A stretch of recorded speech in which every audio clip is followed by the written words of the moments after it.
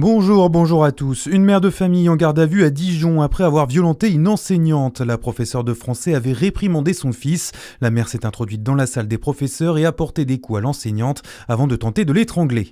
2 ans d'emprisonnement ont été prononcés à l'encontre de l'homme soupçonné d'avoir piloté un réseau de trafic de stupéfiants actif à Dole. Âgé d'une trentaine d'années et domicilié à Lyon, il avait été arrêté au début du mois, peu de temps après le démantèlement d'un point de deal dans le quartier des Ménilpasteurs. D'après les informations relayées par l'Est républicain, les enquêteurs ont mis la main lors de la perquisition sur 16 kilos de résine de cannabis, 730 grammes d'herbe ainsi qu'1 kilo de cocaïne. Cette autre condamnation, 4 ans de prison, dont 2 avec sursis, c'est la peine infligée au collégien de Chenôve qui avait menacé de mort avec un couteau la directrice de son établissement et son enseignante d'anglais. C'était en 2024.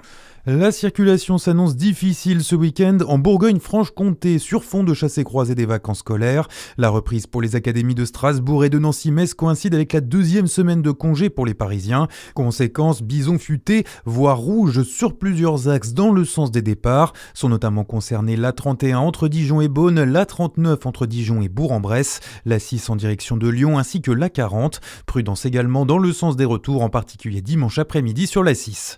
Les passionnés de théâtre ont rendez-vous la semaine prochaine à Dole. Dans le cadre des scènes du Jura, plusieurs représentations sont proposées du 3 au 7 mars. Intitulée Y mettre du sien, cette 5e édition s'articule autour du thème des singularités plurielles. Le détail de la programmation est à retrouver sur le site des scènes du Jura. Enfin, la piétonisation estivale fait son retour à Lons-le-Saunier. À partir de dimanche, la circulation sera restreinte dans le centre-ville sur certains créneaux horaires, notamment rue du Commerce et rue Saint-Désiré. Dans l'actualité nationale, c'est la première fois qu'un lien est établi dans l'affaire des laits contaminés. La toxine céréulide a été identifiée chez un bébé français hospitalisé après consommation d'un produit impliqué.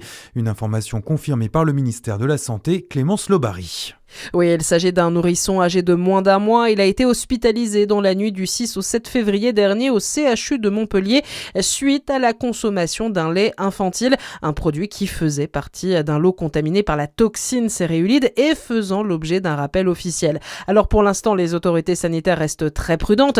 Elles notent seulement que la présence de la toxine est susceptible d'expliquer les symptômes observés.